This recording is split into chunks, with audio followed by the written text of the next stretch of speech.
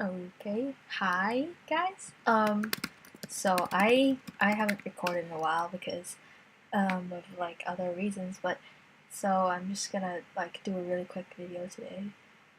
So I guess I'll just play like normal, or I'll explain map editor.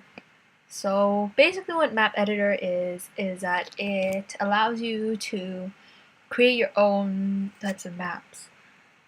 As you can see here, there's different tabs like selector, grounds, my stuff, shaman objects, map settings, and the save, load, or test tab. So basically what this does is that, for example, if I've selected wood ground in the grounds, I'm allowed to make any shape of wood ground that is just as long as it is rectangle. And same goes for ice ground or trampoline ground or any other type of ground that you can see here. Some of these grounds are just for decoration purposes. Some of them actually have like specialties. For example, let's start with the wood ground, the earth ground, the grass ground, the stone ground, and the snow ground. And also there's the normal rectangle ground. These 5 grounds are just like normal grounds. They have, for example, if I select this, so you can see it has a friction of 0.3 and a restitution of 0.2. If you don't understand this, this is okay. It just means that you can wall jump on it normally, and you can like walk on it at normal speed. For chocolate ground, as you can see, it has more friction. It's 20 friction, which means that it's easier to wall jump, but it's harder to normally walk on, so it's best to like jump on it. Restitution is the same, because restitution means like bouncing back, that kind of stuff. So it's a normal type of restitution. For trampoline, restitution is 1.2 because it allows you to jump higher and higher. If you adjust the restitution, it makes the trampoline less or more bouncy. For water ground, it's like if you have the cheese, you will sink in water ground, but if you don't, you can float. But ducking in the water ground could possibly make you sink to the bottom. Sand ground is a little, as you can see, the friction is 0.1, and the restitution is normal, which means that it is relatively harder to wall jump, but easier to walk on. Like it can make you faster. Lava ground. This has a lot. This is a very high restitution of 20, which means that it will immediately like shoot you off in any direction it's facing, or any depending on which side you land on. This can be avoided by lava jumping, which is like just spamming the jump key. That's for me. that's what I do to lava jump. But of course, there are many more pro ways to do this. Like you need like really good timing and stuff. For cloud ground, as you can see here, it says collision with mice is not ticked, so it can only collide with objects and other grounds, which means that mice can't walk on it.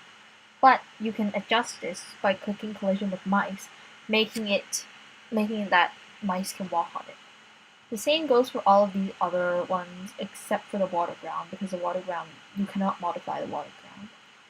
You can actually modify any of these to become any other type of ground, just so long as you look at the specifications. Yeah. So my stuff, this is a mouse hole. This is where the mice go in, and cheese is where you have to get what you have to get back to the mouse hole. Mice spawn is where the mice will spawn on the map, and shaman spawn is where the shaman will spawn on the map. Shaman objects are like all the things you can use as shamans, and you can make them appear in the map itself if you like. You can also use like nails to attach them or something like that. So yeah. Background, you can select what you want as the background of this. Like for example, there's lots of different types that you can choose from. Collision, Soulmate, and Portal are like three different aspects, three different like specialties of these maps. So like Collision is where mice cannot go through each other; they can all collide with each other. Soulmate is where each mouse is tied to another person, and Portal enables the Shannons to use portals in the map. So, and there are also decorative things like shrubs, trees, flowers, and like all these random other things that just can enhance the look of your map. In this save load and test place, if you can enter a code of any map that is not secured or locked into the game. So like ones that are still like up for modification and stuff, or you could enter a code like here. See, it shows you like an example of the code, where you paste it in and it can give you like a scrolling map or some special features in a map. So that is pretty much it, I guess. Oh yes, in order for you to like get this map right, you need to validate it, which means that you have to test it as Shannon to prove that it actually works. Now this can be hard. Oh, I can actually. This is like making sure, proving that this map actually works.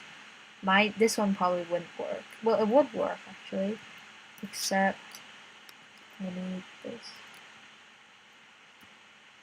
So you just need to prove that this map is not like a troll or anything, that actually works. I'm just being lazy now. So yeah, after you validate the map, it will enable you to save the map, and you can go back to editor and you go to save load and test. Oh, I need to validate it again. So yeah, basically you validate it. I try not to spend as much time on this. But after you validated it, you'll see like something appear in the text box saying that it's validated. You can return to like, okay, this is, I don't know what's going on today. I just can't validate it. Usually after you validate it, export the map, which is like 40 cheese, this would be enabled, and then you can like, and then they would give you like a code that yeah, but it would like be for like 40 keys. You get a code, and then you can load the code in utility maps, which is like I showed you last time. So yeah, so if you want to have a go at being a map maker, you can like try this feature out. I think, I'm not sure if this is correct, but I think if you're like a experienced map maker and you make a lot of maps for Transformize, I'm not sure if you can like use less cheese for it or anything, but yeah, so I think that's it. That's pretty much it for this episode. I hope this helped you, this introduction to map editor helped you, and hope you guys try it out. So thanks for watching.